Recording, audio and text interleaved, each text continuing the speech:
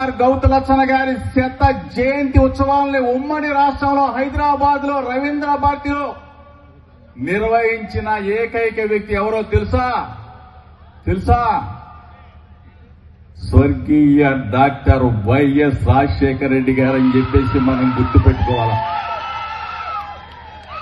లచ్చన్న గారిని గుర్తుపెట్టుకొని లచ్చన్న గారు ఏ పార్టీలో ఉన్నాడని చూడలా, లచ్చన్న గారు జాతీయ నాయకుడని గుర్తించిన ఏకైక ముఖ్యమంత్రి ఆనాటి ముఖ్యమంత్రి వైఎస్ రాజశేఖర రెడ్డి గారని చెప్పేసి మనం చెప్పుకోవాలి. శత జయంతి ఉత్సవాల్ని హైదరాబాద్ లో రవీంద్ర భారతి నడిబొడ్డులో జరిపిన మహనీయుడు. నిజంగా అటువంటి లచ్చన్న గారు మనవాడు, మన జాతి ముద్దుబిడ్డ.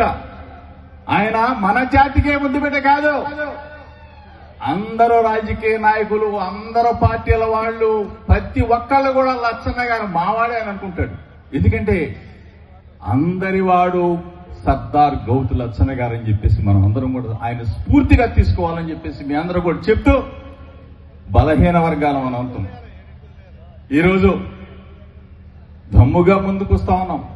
ఈ పరిస్థితుల్లో నేను ఒక పార్టీ నాయకుడిగా ఉన్నా సరే మీ అందరికీ కూడా ఒకటే చెప్తా, బలహీన వర్గాల ప్రజలు, బలహీన వర్గాలకు చెందిన మన వ్యక్తులు లేదా మన కులస్తులు ఎప్పుడైనా ఎక్కడైనా ఏ ఎన్నికల్లో అయినా కానీ నిలబడితే చేయి అందించను కానీ వెనక నుంచి మాత్రం వెన్నుపోటు పొడవద్దు. ఏ పార్టీలో ఉన్న ఆ వ్యక్తిని గెలిపించాల్సిందే అని చెప్పేసి మీ అందరికీ కూడా మనవి చేస్తా ఉన్నాం. ఎందుకంటే చాలా మంది వాడి పేపర్లో రాసుకుంటారు. అయినా సరే నేను చిన్నప్పటి నుంచి కూడా నా వాదం బీసీ వాదం, మనం గర్జించేది కూడా ఇదే.